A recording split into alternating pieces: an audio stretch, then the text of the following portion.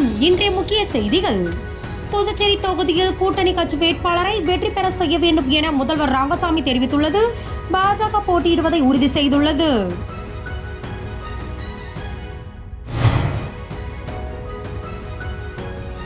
புதுச்சேரியில் பெண் ஒருவரிடம் இணைய வழக்கில் ரூபாய் 41 லட்சம் மோசடியில் ஈடுபட்ட மர்ம நபர்கள் குறித்து சைபர் கிரைம் போலீசார் விசாரணை மேற்கொண்டு வருகின்றனர்.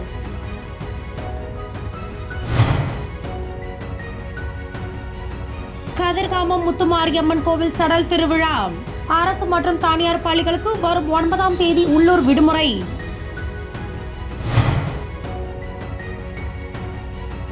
திருப்புவனையில் மோட்டார் சைக்கிள் திருடனை 3 கிலோமீட்டர் துரத்தி சென்று பிடித்த போலீசார். குற்றவாளியை கைது செய்து 3 மோட்டார் சைக்கிள்களை பறிமுதல். புதுச்சேரி மாநில என்ஆர் காங்கிரஸ் கட்சியின் 14ஆம் ஆண்டு தொடக்க விழா இன்று கொண்டாடப்பட்டது. கிழக்கு கடற்கரை சாலையில் உள்ள அக்கட்சியின் தலைமை அலுவலகத்தில் என்ஆர் காங்கிரஸ் கட்சியின் நிறுவன தலைவரும் மாநில முதலமைச்சருமான ரங்கசாமி கட்சி கொடியை ஏற்றி வைத்து இனிப்புகளை வழங்கினார். தொடர்ந்து தொண்டர்கள் மத்தியில் பேசிய முதல்வர் ரங்கசாமி, நமது ஆட்சியில் சொன்னதை செய்துள்ளோம், அதை மக்கள் முன்கொண்டு செல்ல வேண்டும். புதுச்சேரி அரசானது அறிவித்த அனைத்து திட்டங்களையும் செயல்படுத்தி வருகிறது என்றும், மேலும் மக்களுக்கான அனைத்து திட்டங்களையும் ஒன்றிய அரசு நிதி பெற்று மாநில மக்களுக்கான வளர்ச்சி தொடர்ந்து செய்து வருவதாக தெரிவித்தார். புதுச்சேரிக்கு மாநில அந்தஸ்து கிடைக்கும் என்ற நம்பிக்கை உள்ளது. எதிர்க்கட்சியினர் ஏதாவது ஒரு குறை கூற வேண்டும் என்பதற்காக தொடர்ச்சியாக பல்வேறு குற்றச்சாட்டுகளை தெரிவிப்பதாக தெரிவித்த முதலமைச்சர் ரங்கசாமி, வருகின்ற தேர்தல் மிக முக்கியமான தேர்தல். வரும் நாடாளுமன்ற தேர்தலில் என்ஆர் காங்கிரஸை சேர்ந்த சட்டமன்ற உறுப்பினர்கள் மட்டுமின்றி அனைத்து தொகுதியில் உள்ள நிர்வாகிகள் முழு மூச்சில் இறங்கி வேலை செய்து கூட்டணி கட்சி சார்பில் போட்டியிடும் வேட்பாளரை வெற்றி பெற வைப்பது நமது கடமை. அதற்காக நாம் கடினமாக உழைக்க வேண்டும் என தெரிவித்தார். கட்சியை பலப்படுத்த 5 பேர் கொண்ட உயர்மட்ட குழு மற்றும் 10 பேர் கொண்ட ஆலோசனை குழு அமைக்கப்படும் என்றார். புதுச்சேரி மாநிலத்தில் உள்ள ஒரே ஒரு நாடாளுமன்ற தேர்தலில் பாஜக போட்டியிடுவதை முதலமைச்சர் ரங்கசாமி உறுதி செய்திருப்பது குறிப்பிடத்தக்கது. புதுச்சேரி முத்தியால்பேட்டை வாழைக்குளம் பகுதியை சேர்ந்தவர் கிரிஜா, வயது 53. இவர் பங்கு வர்த்தகத்தில் பல ஆண்டுகளாக ஈடுபட்டுள்ளார். கடந்த சில நாட்களுக்கு முன்பு இணைய வழியில் வீட்டில் இருந்து நிறைய சம்பாதிக்கலாம் என வாட்ஸ்அப்பில் தகவல் வந்தது. அதன்படி மர்ம நபர்கள் கூறியபடி இணைய வழியில் சிறிய அளவில் முதலீடு செய்துள்ளார். அதில் லாபம் கிடைக்கவே மர்ம நபர்கள் கூறியபடி பல்வேறு வங்கி கணக்குகளில் ரூபாய் 41 லட்சத்தை செலுத்தியுள்ளார். ஆனால் லாப பணம் மற்றும் ஏற்கனவே உள்ள பணத்தை அவரால் பெற முடியவில்லை. தான் ஏமாற்றப்பட்டதை அறிந்து புதுச்சேரி இணைய வழி குற்றத்தடுப்பு பிரிவு புகார் அளித்தார். போலீசார் வழக்கு பதிந்து விசாரணை நடத்தி வருகின்றனர்.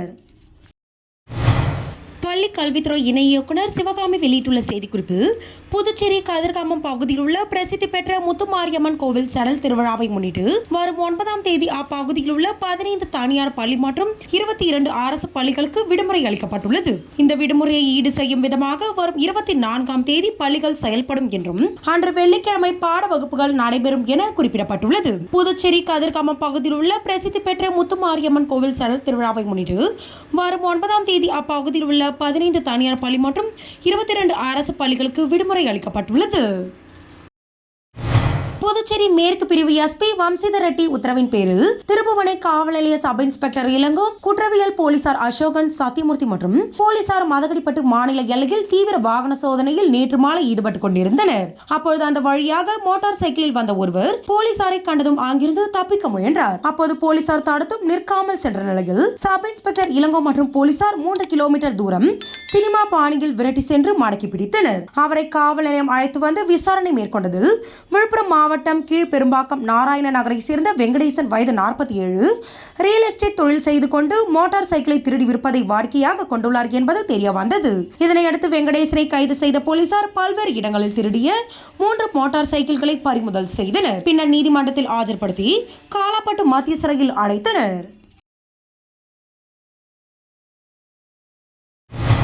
புதுச்சேரி அடுத்த கோட்டக்குப்பம் பகுதியில் நகராட்சிக்கு எதிரே சுமார் 20 ஆண்டுகளாக சிங்காரவேலர் மீன் விற்பனை அங்காடி அமைந்துள்ளது. இப்பகுதியில் வசிக்கும் மீனவ பெண்கள் 50க்கும் மேற்பட்ட மீனவ பெண்கள் இங்கே மீன் விற்பனை செய்யும் தொழிலை செய்து வருகின்றனர். இந்த நிலையில் பேரூராட்சியாக இருந்த கோட்டக்குப்பம் தற்போது நகராட்சியாக தரம் உயர்த்தப்பட்டது. எனவே இப்பகுதியில் நகராட்சி கட்டிடம் கட்ட முடிவு செய்யப்பட்டு தமிழக அரசு இதற்காக 4 கோடி ரூபாய் நிதி ஒதுக்கியது. இந்த நிலையில் நகராட்சி கட்டிடம் கட்ட முதற்கட்ட பணிகள் நடைபெற்று இருந்தது. இதற்கு எதிர்ப்பு தெரிவித்து இப்பகுதியில் மீன் விற்பனை விற்பனை செய்யும் 50க்கும் மேற்பட்ட பெண்கள் கோட்டக்குப்பம் நகராட்சிக்கு எதிரே சாலை மறியலில் ஈடுபட்டனர். இதனால் சுமார் அரை மணி நேரத்திற்கு மேலாக போக்குவரத்து பாதிப்புக்குள்ளானது. திடீரென மீனவ பெண்கள் சாலை மறியல் ஈடுபட்டதால் பகுதியில் பெரும் பரபரப்பு ஏற்பட்டது.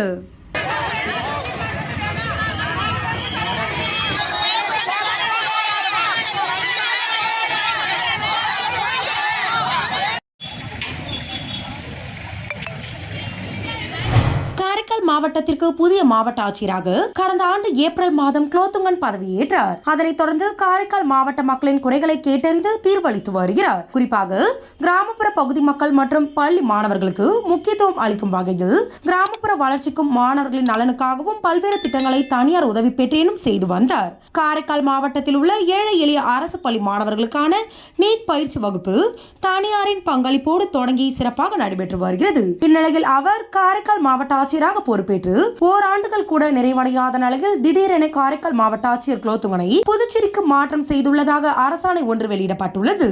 இதனை கண்டு கொந்தளித்த காரைக்கால் சமூக ஆர்வலர்கள் திடீரென கூடி மாவட்ட ஆட்சியர் அலுவலகத்தை முற்றுகையிட வந்ததால் பரபரப்பு ஏற்பட்டது. காவல்துறையினர் கேட்டுக்கொண்டதற்கு இணங்க அவர்கள் மாவட்ட ஆட்சியர் அலுவலக வாயிலில் நின்று புதுச்சேரி அரசுக்கு எதிராகவும் மாவட்ட ஆட்சியரை மாற்றுவதற்காக வெளியிடப்பட்ட அரசாணையை திரும்ப பெற வலியுறுத்தியும் கண்டன முழக்கங்களை எழுப்பினர். சமீப காலமாக மக்களுடைய குறைகளை உடனுக்குடன் கேட்டறிந்து தன்னாலான நிவர்த்திகளை செய்து கொண்டிருந்தவர் தற்போதைய மாவட்ட ஆட்சியர் திரு குலோத்துங்கன் அவர்கள். மேலும் பள்ளிக்கூடங்களுக்கு தனி கவனம் செலுத்தி நேரடியாக சென்று பல பள்ளிகளில் ஆய்வு செய்து அங்குள்ள குறைகளை நிவர்த்தி செய்திருக்கிறார். எனவே இது போன்ற ஒரு சிறந்த ஆட்சியர் இன்னும் சிறிது காலத்திற்கு காரைக்காலில் நீடித்து காரைக்காலில் உள்ள பல்வேறு குறைகளை தீர்க்க வேண்டும் என்பதே காரைக்கால் சமூக ஆர்வலர்களின் ஆவல். எனவே உடனடியாக புதுவை முதலமைச்சர் திரு ரங்கசாமி அவர்கள் இந்த மாறுதலை ரத்து செய்து புதுச்சேரி அரசு பொருளாதாரம் மற்றும் புள்ளி விவர இயக்குநரகத்தில் காலியாக இருந்த கள மேற்பார்வையாளர் பணியிடங்களுக்கு நடத்தப்பட்ட போட்டித் தேர்வில் வெற்றி பெற்றவர்களுக்கு சான்றிதழ்கள் சரிபார்க்கப்பட்டு 17 நபர்கள் தேர்வு செய்யப்பட்டனர். அவர்களுக்கு முதலமைச்சர் ரங்கசாமி பணி நியமன ஆணைகளை புதுச்சேரி சட்டப்பேரவையில் உள்ள தனது அலுவலகத்தில் இன்று வழங்கினார். இந்த நிகழ்ச்சியில் பொதுப்பணித்துறை அமைச்சர் லட்சுமி நாராயணன், அரசு செயலர் கேசவன், சட்டமன்ற உறுப்பினர்கள் PR சிவா, பிரகாஷ்குமார், பொருளாதாரம் மற்றும் புள்ளி விவரத்துறை இயக்குனர் பகிரிசாமி மற்றும் அதிகாரிகள் இந்நிகழ்ச்சியின் போது உடனிருந்தனர். தொழில் மற்றும் வணிகத்துறை மற்றும் மாவட்ட தொழில் மையம் சார்பில் கைவினை கண்காட்சி கடற்கரை சாலை காந்தி திடலில் நேற்று துவங்கி 19ஆம் தேதி வரை நடக்கிறது. இவ்விழாவில் சிறப்பு விருந்தினர்களாக கவர்னர் தமிழிசை சவுந்தரராஜன், முதல்வர் ரங்கசாமி ஆகியோர் கலந்து கொண்டு கண்காட்சியை துவக்கி வைத்தனர். இவ்விழாவில் சபாநாயகர் செல்வம், அமைச்சர்கள் நமச்சிவாயம், லட்சுமி நாராயணன், சாய் சரவணகுமார் மற்றும் அதிகாரிகள் உட்பட பலர் கலந்து கொண்டனர். இக்கண்காட்சியில் வெளி மாநில கைவினை கலைஞர்கள் உட்பட 150 கைவினை கலைஞர்களும் கதர் மற்றும் கிராம தொழில்கள் வாரியம், மாவட்ட ஊரக வளர்ச்சி முகமை உள்ளிட்ட பல்வேறு அரசு துறை நிறுவனங்களும் பங்கு பெற்றுள்ளன. இக்கண்காட்சியில் 1 கோடி ரூபாய் மதிப்பிலான கைவினை பொருட்கள் பொதுமக்களின் பார்வைக்கு காட்சிப்படுத்தி விற்பனை செய்யப்பட உள்ளது.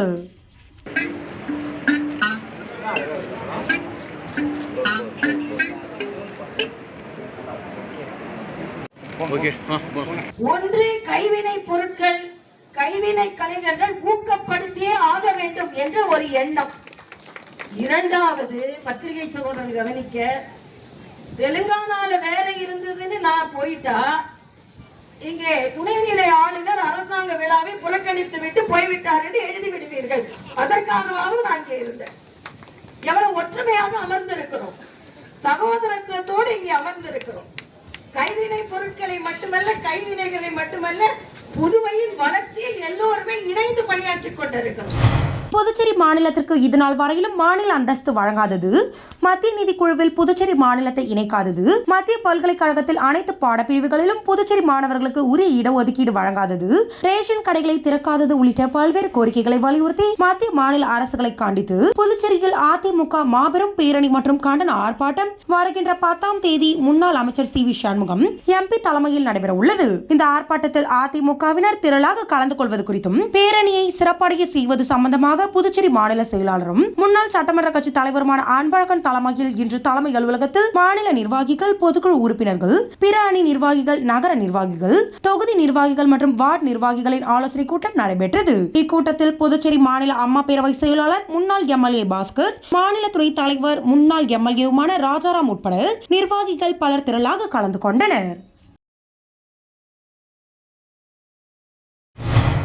இந்திய அரசின் ஆயுஷ் துறையின் கீழ் இயங்கும் மத்திய சித்த மருத்துவ ஆராய்ச்சி குழுமம் மற்றும் தேசிய சித்த மருத்துவ நிறுவனம் சார்பில் சித்த மருத்துவ விழிப்புணர்வு இருசக்கர வாகன பேரணி கடந்த 24ஆம் தேதி டெல்லியில் தொடங்கியது. இணை அமைச்சர் முஞ்சபாரா மகேந்திரபாய் துவக்கி வைத்த இந்த பேரணியில் சித்த மருத்துவர்கள், ஆராய்ச்சி அலுவலர்கள் மற்றும் பல்வேறு நிறுவனங்களை சார்ந்த பணியாளர்கள் 22 பேர் புதுடில்லியில் துவங்கி கன்னியாகுமரி வரை 3333 கிலோமீட்டர் இருசக்கர வாகனங்களில் பயணித்து மக்களிடையே சித்த மருத்துவத்தை பற்றிய விழிப்புணர்வை ஏற்படுத்தி வருகின்றனர். இதனிடையே சென்னை வழியாக புதுச்சேரி கடற்கரை சாலைக்கு வந்த இக்குழுவினரை சுற்றுலாத்துறை அமைச்சர் லட்சுமி நாராயணன் வரவேற்று வாழ்த்தி வழி அனுப்பி வைத்தார். இந்த நிகழ்ச்சியில் புதுச்சேரி சித்த மருத்துவ மண்டல ஆராய்ச்சி நிலையத்தை சார்ந்த ஆராய்ச்சி அலுவலர்கள் மற்றும் மருத்துவர்கள் இந்நிகழ்ச்சியில் கலந்து கொண்டனர்.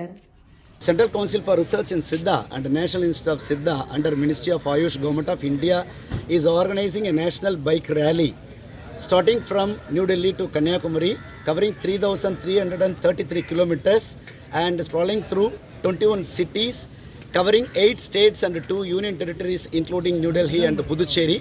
Now as per our schedule we have arrived to Puducherry.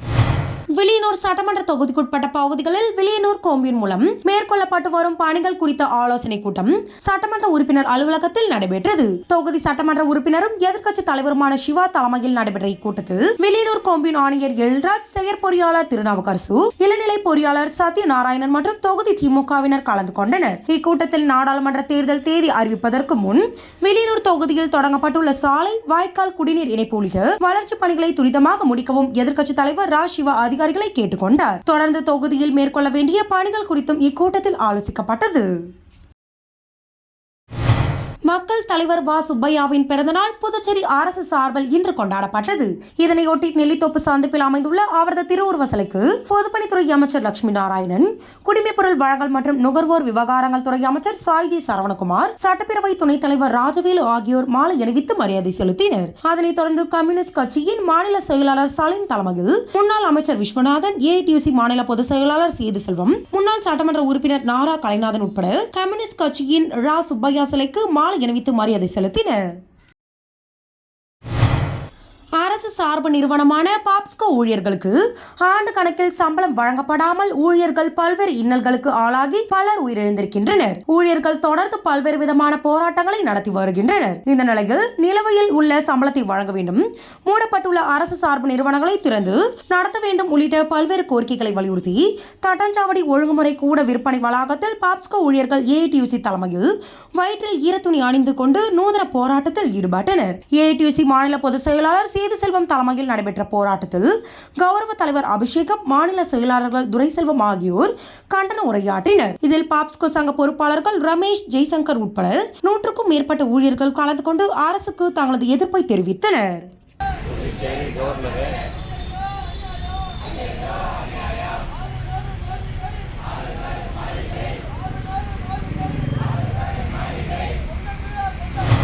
Karaikal மாவட்டத்தில் உள்ள தூய்மை பணியாளர்களுக்கான நலன் குறித்த ஆலோசனை கூட்டம் காரைக்கால் மாவட்ட ஆட்சியர் குலோத்துங்கன் தலைமையில் காமராஜர் வளாக அரங்கில் நடைபெற்றது. இதில் கலந்து கொண்டு தூய்மை பணியாளர்களின் நிறை குறைகளை தேசிய தூய்மை பணியாளர்கள் ஆணையத்தின் தலைவர் வெங்கடேசன் கேட்டறிந்தார். அதனைத் தொடர்ந்து செய்தியாளர்களை சந்தித்த தேசிய தூய்மை பணியாளர்கள் ஆணையத்தின் தலைவர் வெங்கடேசன், காரைக்கால் மாவட்டத்தில் செயல்படும் தனியார் ஒப்பந்த நிறுவனங்களிடம் பல்வேறு குறைபாடுகள் இருப்பதாகவும் அதனை சீர் செய்யவில்லை என்றால் கடுமையான நடவடிக்கை எடுக்கப்படும் என எச்சரிக்கை விடுத்தார். புதுச்சேரி மாநிலத்தில் தூய்மை பணியாளர்கள் நலசங்க வாரியமோ அல்லது ஆணையமோ அமைக்க வேண்டும் என அவர் கேட்டுக்கொண்டார்.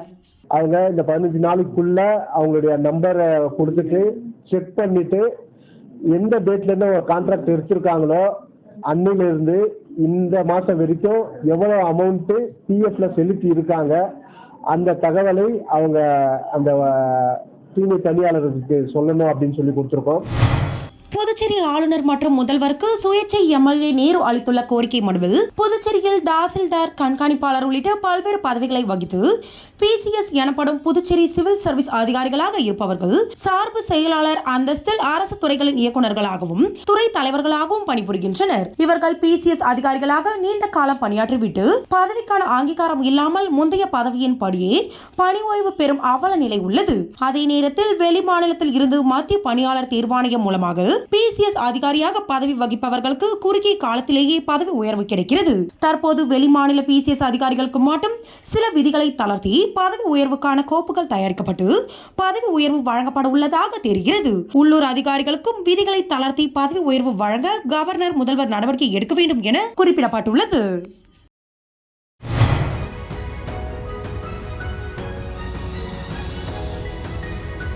புதுச்சேரி தொகுதியில் கூட்டணி கட்சி வேட்பாளரை வெற்றி பெற செய்ய வேண்டும் என முதல்வர் ரங்கசாமி தெரிவித்துள்ளது. பாஜக போட்டியிடுவதை உறுதி செய்துள்ளது.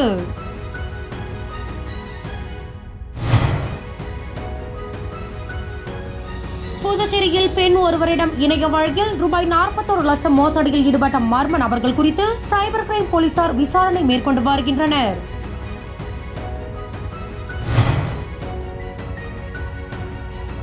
கதிர்காமம் முத்துமாரியம்மன் கோவில் சடல் திருவிழா.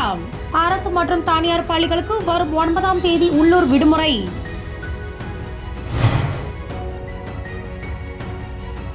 திருப்புவனையில் மோட்டார் சைக்கிள் திருடனை 3 கிலோமீட்டர் துரத்தி சென்று பிடித்த போலீசார். குற்றவாளியை கைது செய்து 3 மோட்டார் சைக்கிள்களை பறிமுதல். இன்றைய செய்திகள் இத்துடன் நிறைவடைகின்றன. செய்திகளை உடனுக்குடன் தெரிந்து கொள்ள கிரியேட்டிவ் மீடியா யூடியூப் சேனலை சப்ஸ்கிரைப் செய்து கொள்ளுங்கள். வணக்கம்.